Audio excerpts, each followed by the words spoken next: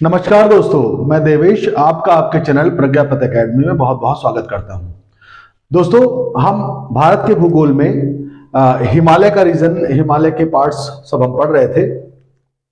क्रमानुसार सब जो है जैसे अब हिमालय आया है, फिर उसके बाद पर्वतीय क्षेत्र पूरा बताने के बाद फिर मैदानों और अन्य पठारों आदि के हिस्से के बारे में बताया जाएगा। लेकिन फिलहाल अब अभी हमने ट्रांस हिमालय पढ़ लिया है, मुख्य हिमालय भी पढ़ लिया है। अब हम लघु यानी कि लेसर हिमालय या मध्य हिमालय के विषय में पढ़ेंगे। तो चलिए देखिए, अभी तक जो हमने पढ़ा है वो इस तरह से ये आपका ट्रांस हिमालय, यहां के बाद आपका ये मुख्य हिमालय के रेंजेस ऐसे थी, और उसके बाद जो है इसके इधर का हिस्सा ट्रांस हिमालय। ट्रांस मतलब हमने बताया था आपको पार, यानी मुख्य हिमालय के उस पार का हिमालय यानी ट्रांस हिमालय। हमने ये देखिए ये ट्रांस हिमालय पढ़ लिया है। फिर हमने आपको जो है ग्रेटर हिमालय भी पढ़ा दिया है। अब उसके बाद हमारा ये जो हिस्सा है ये लेसर हिमालय यानी कि लघु हिमालय का होगा। चलिए ठीक है, तो लघु हिमालय के हिस्से को पढ़ते हैं। अभी आप मान के चलिए कि अगर आपका जो मुख्य हिमालय है, ये जो मुख्य हिमालय था ये कुछ इस तरह से जा रहा था। अब उसके बाद ये ट्रांस हिमालय है, ये मुख्य हिमालय यानी ग्रेटर हिमालय है।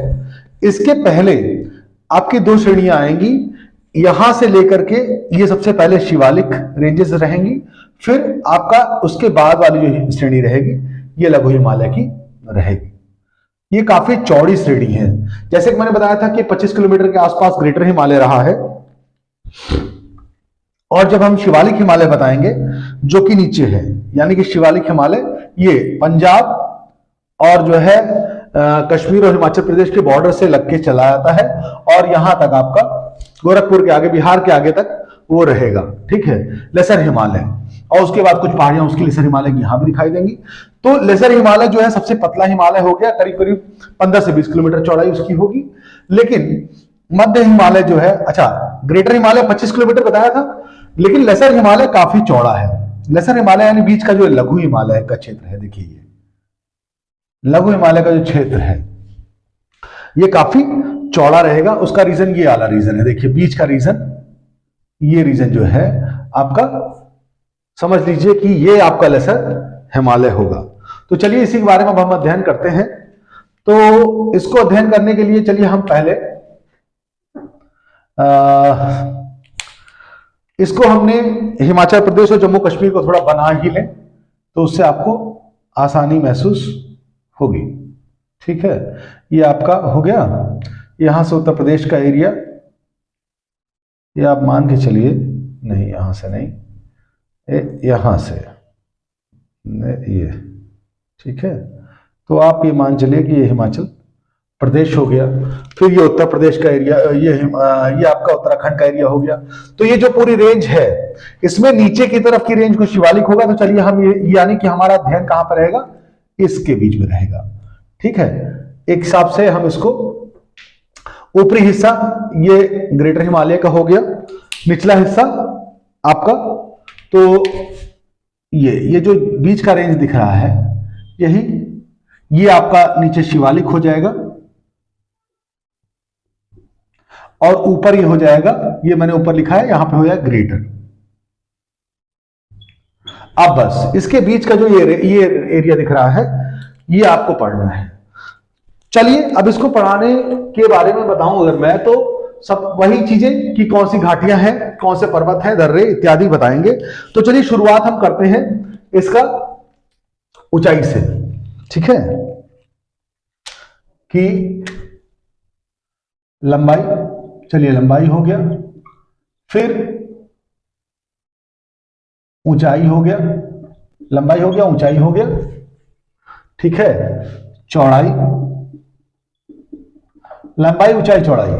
मेन चीज तो ये देखनी है, इसकी लंबाई आपकी वही 2400 किलोमीटर की लंबाई है, यहां से लेके पूरा वहां तक फैला हुआ है। वास्तव में अगर हम देखें तो जैसे मान लीजिए ये हमारा कश्मीर का एरिया हो गया, फिर हमने बताया ये, उसके बाद फिर ये ऐसे ऐसे करके यहां तक आपका अरुणाचल प्रदेश से फैला हुआ है। अब आप देखिएगा, अगर हम मुख्य हिमालय की बात करें तो ऐसे मुख्य हिमालय गया, फिर ये आपका लघु हिमालय गया और ये शिवालिक गई। तीनों जो है ये सिक्किम के पास तक जाकर आपस में मिल जाती है।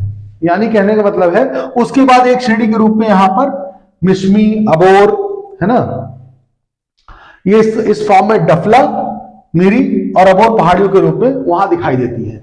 लेकिन तीनों अगर अलग अलग फॉर्म में देखें तो अलग अलग रूप में बीच में गैप के रूप से ये आपके सिक्किम से पहले पहले तक ही दिखाई देती है। और यहां तक समझ लीजिए कि करीब करीब ये सिक्किम के पहले का 90 किलोमीटर का एरिया में तो दिखाई ही नहीं देती है।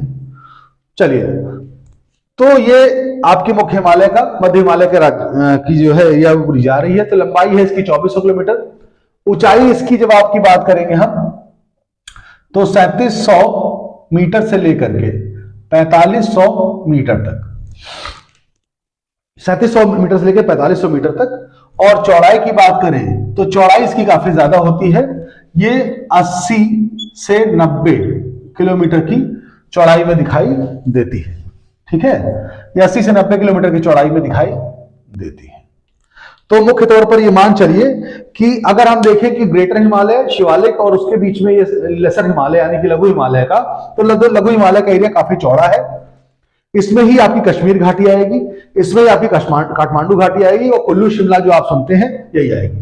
थोड़ा मैं बताना चाहूंगा कि देखिए, अगर शिवालिक हिमालय की बात करें तो यदा कदा ही कहीं शायद कहीं बर्फ आपको मिल जाए शिवालिक हिमालय में, क्योंकि वो बिल्कुल छोटी पहाड़ियां हैं। उनकी ऊंचाई 1200 मीटर से ज्यादा नहीं है, 600 मीटर की एवरेज ऊंचाई उनकी है शिवालिक की। तो यहां पर कोई बर्फ आपको मिलेगी नहीं। अच्छा, और उसके बाद देखिए, अगर हम लेसर हिमालय यानी लघु हिमालय की बात करें, 3700 मीटर से लेकर 4500 मीटर तक की ऊंचाई इनकी है। तो वहां पर आपको बर्फ बिना बर्फ के पहाड़, बर्फीले पहाड़ दोनों आपको मिल जाएंगे। उसके बाद ग्रेटर हिमालय की बात करेंगे तो पूरा बर्फ से फुल लेडन यानी कि बर्फीला पहाड़ आपको ग्रेटर हिमालय में मिलेगा। तो चलिए, लघु हिमालय के बारे में आप बात करेंगे तो यहां पर अच्छी खासी ठंडी जगहें हैं जहां बर्फबारी तो नहीं है। हाँ, बर्फबारी भी कुछ एरिया में है, जैसे कुल्लू के आसपास, मनाली के आसपास, उधर के एरिया में जो शुरुआत पूरी है, बर्फ पूरी है। इसके अलावा आपका धौलाधर रेंज जो है उसमें धर्मशाला के ऊपर पूरी बर्फबारी है। शिमला में भी बर्फबारी होती है, तो बर्फबारी तो होती है पर दोनों का मिक्स स्वरूप वहां पर दिखाई देता है। ठीक है, तो ये हो गया लंबाई, चौड़ाई और ऊंचाई, तीनों चीजें हो गई। अब यहां पर हम इसकी श्रेणियों के बारे में बात करें। श्रेणियां जो है इसकी किस तरह से दिखाई देती हैं, चलिए देखना शुरू करते हैं। श्रेणियां इसकी देखिए, पहली श्रेणी जो होगी यहां पर कश्मीर में मिलेगी। देखिए, कश्मीर में मिलेगी, कश्मीर एक जगह पे मिली।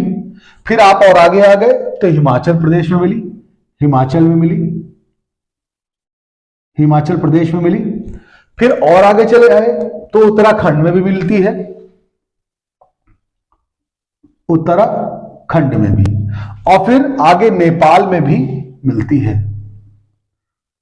मुख्य रूप से। अच्छा, उसके बाद यहां पर जाकर सिक्किम में तो तीनों श्रेणियां करीब करीब मिल जाती हैं। फिर एक श्रेणी ही उधर चलती है।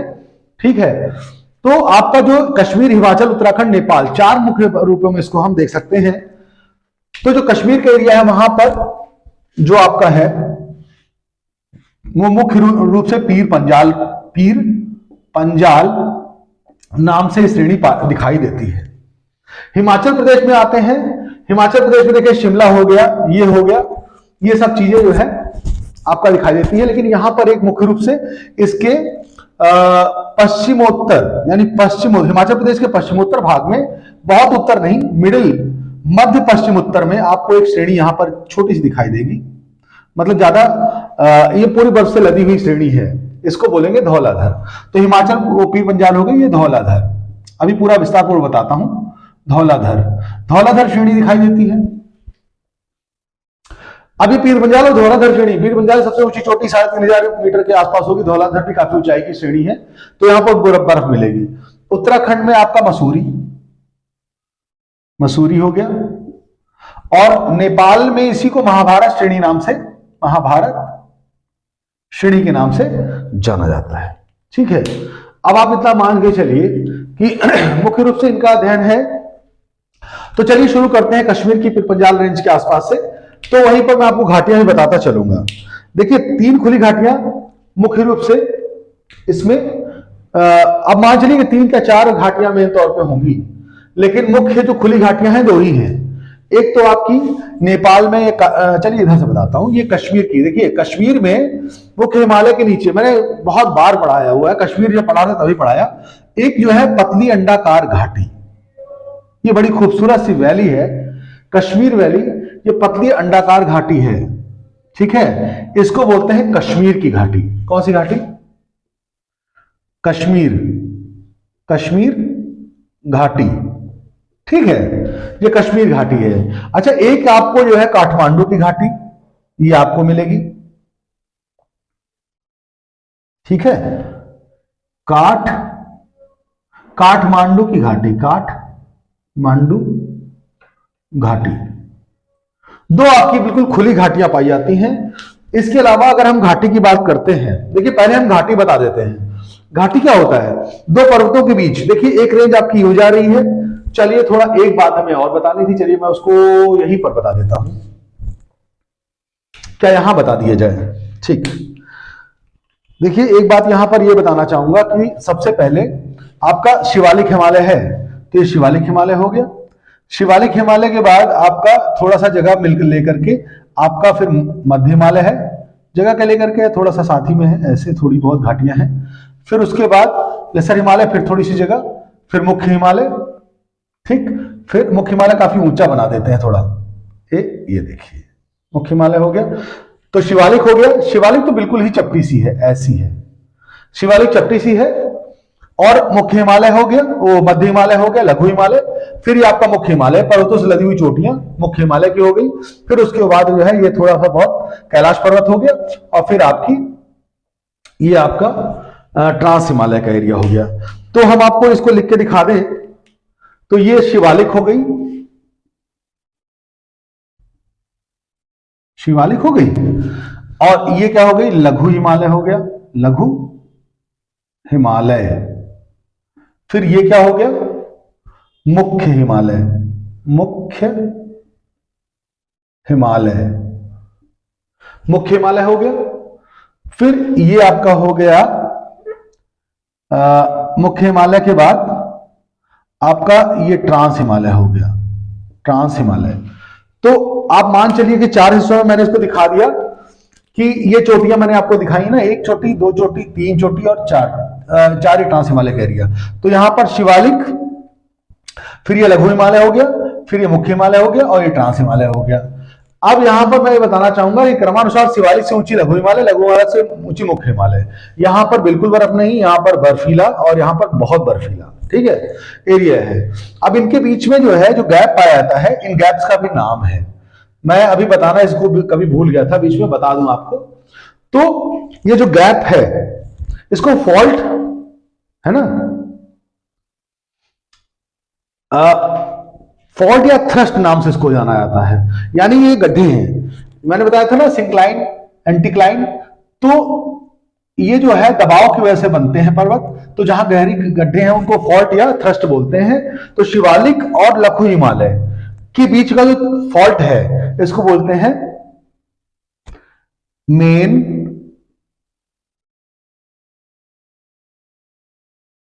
Boundary fault, main boundary fault याद कर लीजिएगा। शिवालिक और लघु हिमालय के बीच में मेन बाउंड्री फॉल्ट है। उसके बाद लघु हिमालय और मुख्य हिमालय के बीच में क्या है? लघु हिमालय और मुख्य हिमालय के बीच में क्या है? Main central thrust, main boundary fault, main boundary fault और मेन सेंट्रल थ्रस्ट, लघु हिमालय और मुख्य हिमालय के बीच में। और उसके बाद जो है, उसके बाद का हिमालय जो ट्रांस हिमालय का बीच का एरिया है उसको बोलते हैं शेचर जोन, शेचर जोन। तो 3 तरह के गैप्स के बारे में आपको पढ़ना है, जाने रहिए अपने दिमाग में कि शिवालिक और लघु हिमालय के बीच में मेन बाउंड्री फॉल्ट आ जाती है। ये पूछा भी जा सकता है। लघु हिमालय और मुख्य हिमालय के बीच में मेन सेंट्रल थ्रस्ट आ जाएगा, और मुख्य हिमालय और ट्रांस हिमालय के बीच में शेचर जोन पाया जाता है। चलिए अब हम यहाँ पे, हमें याद इसलिए आया ये क्योंकि जब हम शिवालिक और लघु हिमालय के बीच की घाटियों को पढ़ाने लगे तो ये देखिए यहीं पर तो घाटियां बसी हुई हैं, इन्हीं बाउंड्री फॉल्ट्स के जो गड्ढा है इसी में तो घाटियां बसी हुई हैं। ये देखिए लघु हिमालय और मुख्य हिमालय के बीच में ये देखिए कश्मीर घाटी हो गई, ठीक है, ये दून हो गए, देहरादून फलाना, ये सब चीजें, ठीक है, और ये आगे तो फिर ट्रांस हिमालय हो गया। तो जब घाटियों को पढ़ेंगे तो थ्रस्ट और बाउंड्री फॉल्ट्स को तो पढ़ना ही होगा, तो मैंने बता दिया आपको। तो चलिए कश्मीर घाटी की बात करते हैं। देखिए लघु हिमालय मुख्य हिमालय के बीच की घाटी के बारे में बात कर रहे हैं, तो ये हमारा लघु हिमालय और मुख्य हिमालय के बीच का ये एरिया है, यहीं पर पूरी घाटी बसी हुई है। तो देखिए यहां पर जो है आपको एक पर्वत मिलेगा, इस घाटी, ये घाटी थोड़ा और हल्की सी उधर शिफ्ट कर देते हैं क्योंकि उधर ही की तरफ ये घाटी शिफ्ट रहेगी यूं करके, ठीक। अब यहां पर जो पर्वत बनेगा, समझिएगा, एक मिनट, यहां जो पर्वत होगा ये आपका ऐसे करके एक पीर पंजाल नाम का पर्वत है। कौन सा पर्वत है? पीर पंजाल, पीर पंजाल पर्वत है। यहां पर पीर पंजाल पर्वत को काट करके घाटी में जाने का रास्ता भी है। इधर तरफ पीर पंजाल के, अगर इधर इस तरफ भी पर्वत श्रृंखला फैली हुई है, इसको बनिहाल रेंज कहते हैं। क्या कहते हैं? बनिहाल रेंज। तो देखिए ये कश्मीर घाटी घिरी हुई है, कश्मीर घाटी ऐसे करके पूरी, ये घाटी अंडाकार घाटी है, तो वो यूं करके पहाड़ों से घिरी हुई है। तो जो आपका पूरब की ओर पहाड़ उसके हैं उनको बोलते हैं बनिहाल रेंज, और पीर पंजाल इधर से जो दक्षिण साइड की तरफ से, उत्तर पश्चिम दक्षिण साइड से जो पहाड़ हैं उनको कहते हैं कौन सा? पीर पंजाल रेंज। और उधर तरफ तो मुख्य हिमालय है। तो पहाड़ की पूरी घाटी जो कश्मीर घाटी है वो पूरा घिरी हुई है। अच्छा, बर्फ तो पड़ती है पर मौसम सुहावना भी होता है ना। लेकिन अगर आप मुख्य हिमालय की चोटी पर पूरा टाइम बर्फ रहती है, वहां बर्फ के अलावा कुछ नहीं मिलेगा। लेकिन यहां पर आपको सुंदर वादी भी मिलेगी जो कि है आपकी प्यारी कश्मीर वैली, ठीक है। तो इस कश्मीर वैली को जाने के लिए दो दर्रे हैं, एक इधर से जाने के लिए और एक इधर जाने के लिए। चलो उसको अभी दर्रे के रूप में पढ़ाऊंगा। चलिए हम अगली घाटी के बारे में बात कर लेते हैं, फिर हम आगे आते हैं। देखिए कश्मीर से आगे जब आए तो हमको एक और घाटी, दो घाटियां मिलेंगी। कश्मीर से आगे जैसे हिमाचल प्रदेश में आएंगे, हिमाचल प्रदेश में आपको पता है कि इधर तरफ कांगड़ा जिला पड़ता है, उधर कुल्लू जिला पड़ता है, ठीक है। फिर ये शिमला हो गया, इधर सिरमौर, ये सब जिले हो गए। तो यहां पर जो है एक कुल्लू की घाटी पाई जाती है, एक ऐसी घाटी है, और कांगड़ा की घाटी ऐसी घाटी है। फिर से बता दूं आपको मैं, कुल्लू की घाटी ऐसी घाटी है, उत्तर दक्षिण लंबी, और कांगड़ा की घाटी ऐसी लंबी घाटी है, ठीक है।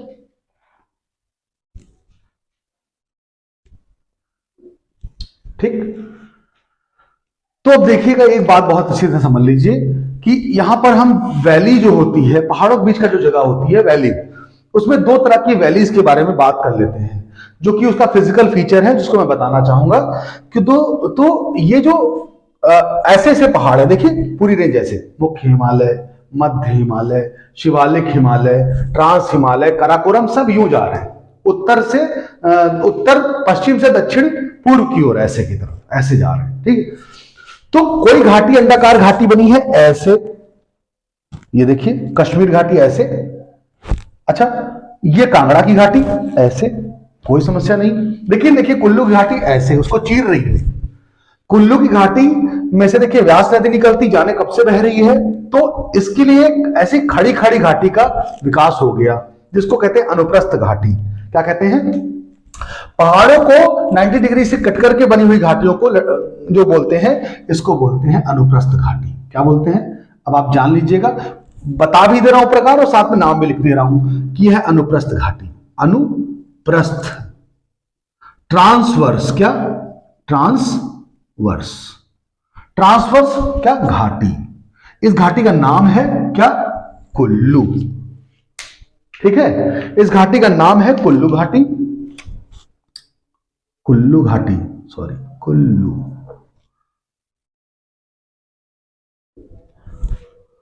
माइंड मत करिएगा, क्लास थोड़ी लंबी हो सकती है, लेकिन विस्तारपूर्वक बताने से क्लास थोड़ी लंबी हो जाती है। तो अनुप्रस्थ घाटी हो गई, ट्रांसवर्स घाटी हो गई, इसको कुल्लू कहेंगे। और अच्छा, इसके इधर कांगड़ा की घाटी है। कांगड़ा की घाटी तो ऐसी ही है, ये उसी अनुगमन कर रही है उसी पर्वत श्रृंखला का जिस श्रृंखला के बीच में बनी हुई है।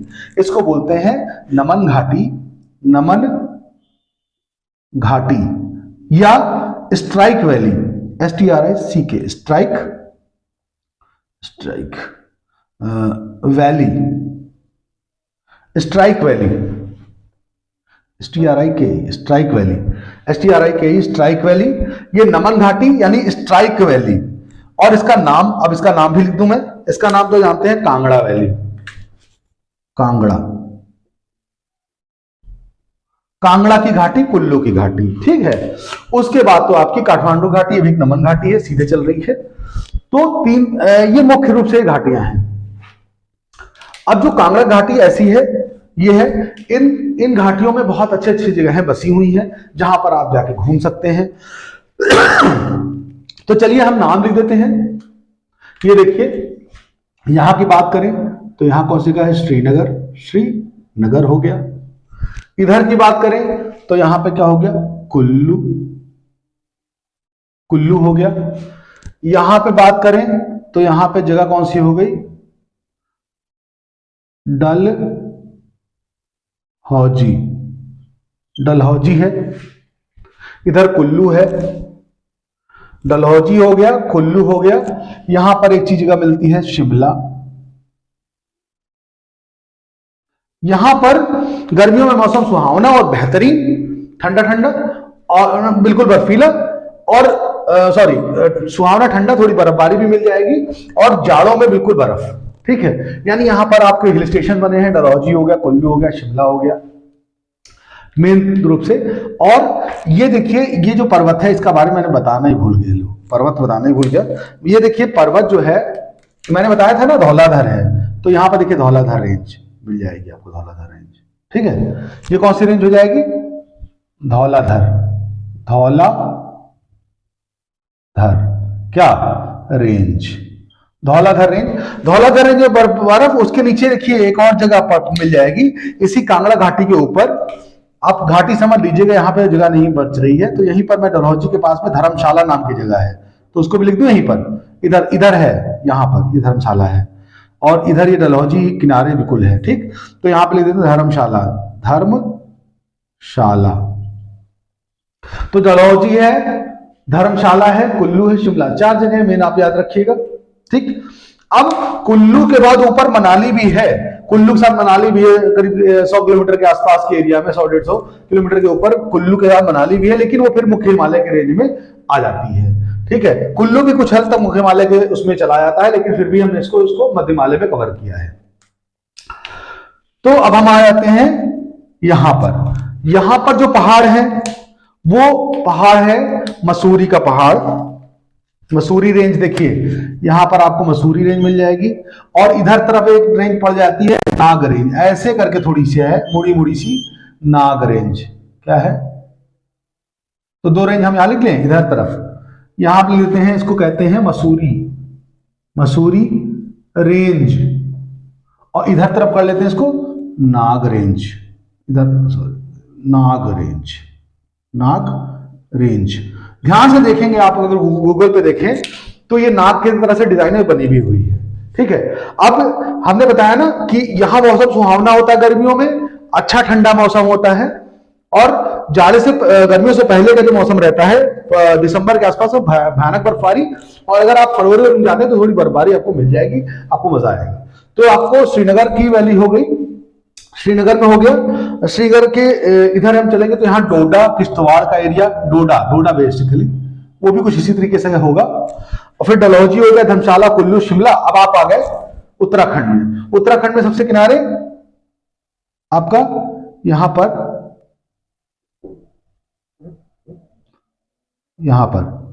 ठीक है।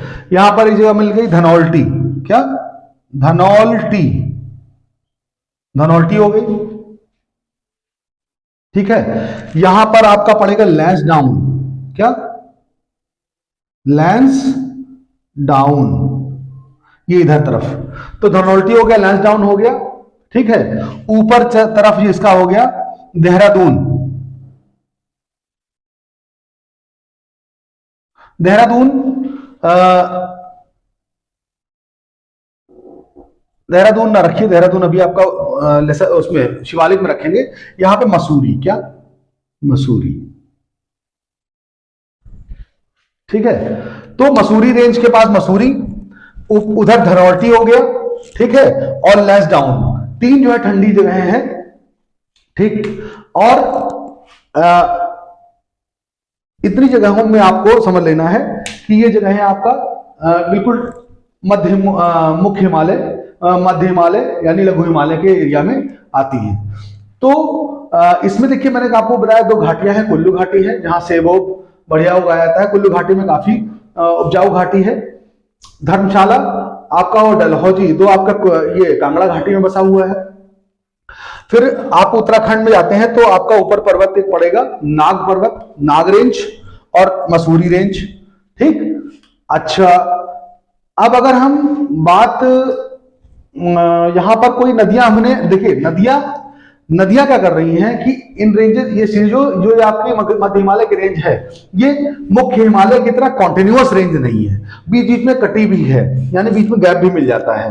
क्यों? क्योंकि देखिए उधर तो कोई नदी, सब नदियां मुख्य हिमालय से निकल रही हैं, लेकिन जब मुख्य हिमालय से निकल के आ रही हैं तो चाहे अब यहां पे देखिए मैं बहुत हौच-पौच हो जाएगा, बनाना नहीं चाहता हूं, पिछले बना भी रखा है। नदियों की बात अगर हम करते हैं तो नदियां देखिए यहां से आएगी राकस्ताल से, सतलज नदी यहां से घुसेगी, कम से कम देखिए यहां से आएगी राकस्ताल से, कौन, सतलज नदी आएगी ऐसे करके हुए, और ये देखिए यहां पर कोने से आपके ये घुसेगी, ठीक, लाहौल स्पीति के उधर से उतरेगी, ठीक, और इधर से, और उसके बाद शिमला के उत्तर से होते हुए ये आपका पंजाब में घुस जाएगी और पंजाब से होते हुए निकल जाएगी। तो ये देखिए सतलज, तो ये भी क्या करेगी, जगह जगह पहाड़ों को काटेगी, तो पहाड़ कंटिन्यूस कैसे रहेंगे? तो यहां पर यानी कहने मतलब शिमला इस पहाड़ों को काट रही है, शिमला के पास जो है ये सतलज नदी, सतलज ये भी इसको काट रही है। अब ये नदी यहां से निकली नहीं, निकली कहीं और से, लेकिन गुजर रही, तो बताया दिए देता हूं।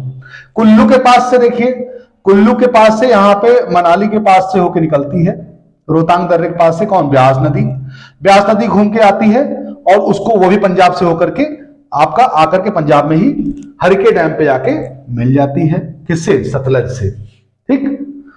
तो ये नदी एक भी निकली, देखिए ये भी काटेगी पहाड़ों को, तो कहने का मतलब गॉर्ज बनाएंगी, और उसके बाद क्या होगा, पहाड़ टुकड़ों में टूटेंगे। तो देखिए ये कॉन्टिन्यूस, इसके कॉन्टिन्यूस होने और लघु हिमालय और मध्य हिमालय को, अच्छा लघु या मध्य हिमालय को, और उसके नीचे शिवालिक जो रेंज है, शिवालिक रेंज तो बहुत कटी फटी है। क्यों? क्योंकि वहां पर कुछ वितरिकाएं भी हैं, वो भी उसको काट रही हैं, और वो काफी नरम चट्टाने हैं, तो वो तो और कट जा रही हैं, ठीक। तो इसके बाद देखिए यहां से, यहीं से एक और जो है नदी है, ब्यास बोल दिया, ब्यास हो गया, ब्यास के बाद ब्यास हो गया, एक मिनट, ये देखिए इसी तरह से धर्मशाला के पीछे से ये देखिए ये कौन सी, धौलाधार रेंज के पीछे से फिर ये आएगी, ये ऐसे, यही व्यासकुंड के पीछे से, यहां व्यासकुंड से आपकी निकली व्यास नदी, और उसके पीछे से ही आपकी रावी नदी कहां से गुजरेगी, ये रावी नदी की खासियत क्या है कि ये जो है बाउंड्री से चलती है, बाउंड्री पे चलेगी, किसकी, जम्मू कश्मीर की और हिमाचल प्रदेश बाउंड्री होते हुए आ रही है, ठीक, और होते हुए, और पंजाब की बाउंड्री होते हुए तब फिर आपकी आगे निकल जाती है, ठीक। तो ये हो गई रावी,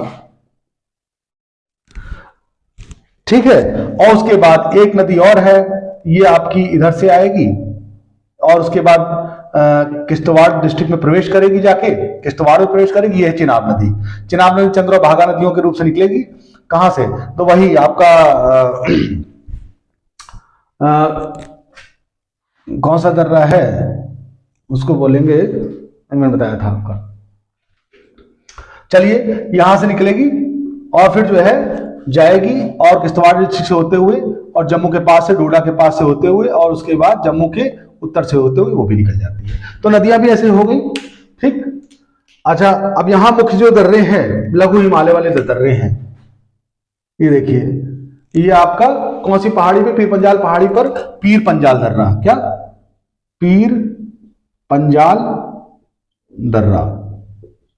ठीक, इधर की तरफ से अगर हम पूर्वी तरफ से घुसते हैं कश्मीर घाटी में, तो यहां पर कौन सा होगा, बनिहाल दर्रा।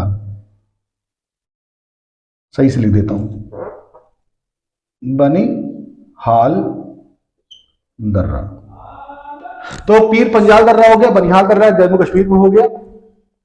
फिलहाल उसके अलावा मैंने दर्रा रोहतांग दर्रा मैंने बताया था, लेकिन रोहतांग दर्रा इसलिए नहीं बताऊंगा फिर वो मुख्य हिमालय में चला गया। तो बाकी और कोई दर्रे विशेष इसमें नहीं है, बस आपका मान चलिए कि पीर पंजाल दर्रा और बनिहाल दर्रा जम्मू कश्मीर। तो आपने अभी तक का जो पढ़ा मेन रूप से, तो आपने घाटियां पढ़ ली इसकी, और स्पेशल जगहें जहां पर हम लोग जा सकते हैं, जहां पर पर्यटन स्थल काफी विकसित हुए हैं इसके बीच में, ये है।